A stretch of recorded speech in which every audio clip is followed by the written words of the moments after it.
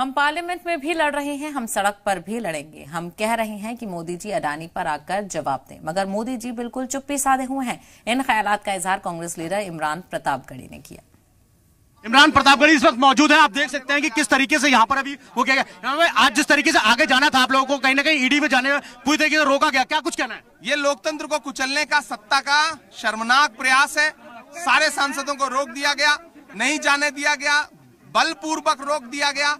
सरकार को यह समझना पड़ेगा कि यह तानाशाही ज्यादा दिन नहीं चले। अगर आगे नहीं जाने दिया तो फिर दोबारा हम सदन में भी लड़ रहे हैं, हम सड़क पे भी लड़ेंगे, लड़ रहे हैं लगातार। हम कह रहे हैं कि सदन में आकर के जवाब दीजिए मोदी और अडानी से आपका रिश्ता क्या है। लेकिन ये सरकार भाग रही है सदन में चर्चा से, इसीलिए सदन स्थगित करवा देती है और सड़क पर भी रोक लेती है। जिस तरीके से इमरान प्रतापगढ़ी का कहना है कि सड़क पर भी हम लड़ेंगे और संसद में भी लड़ेंगे। अभी जिस तरीके से लगातार सड़क से लेकर संसद संग्राम में चाहे अडानी के मुद्दे को लेकर, उससे कहीं ना कहीं ये एक बात तो जरूर साबित होती है कि विपक्ष इस बार एकजुट होता नजर आ रहा है और कहीं ना कहीं अडानी पर एक रुख अख्तियार जरूर करना पड़ेगा सरकार को। वीडियो जर्नलिस्ट मुकेश के साथ सैयद मुबशिर, जी मीडिया, दिल्ली।